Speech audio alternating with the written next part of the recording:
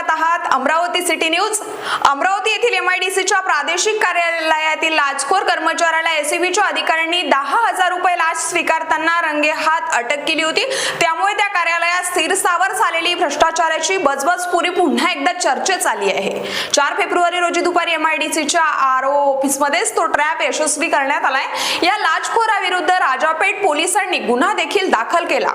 एखादा कर्मचारी आपल्याच कार्यालयात लाच स्वीकारत असेल तर त्या कार्यालयाची संस्कृतीच लाचखोरीची झाली असावी अशी शंका त्या ट्रॅपमुळे उपस्थित होती आहे। तर दुसरीकडे एसीबी कडून पकडला गेलेला तो क्लास 3 चा कर्मचारी तर छोटा मासा बडा मासा तर मोकाटच असल्याची प्रतिक्रिया देखील एमआयडीसी वर्तुळात उमटली आहे। एमआयडीसीच्या प्रादेशिक कार्यालयाला लाचखोरीचे भ्रष्टाचाराचे ग्रहण लागले असल्याची ओरड आता नित्याचीच झाली आहे।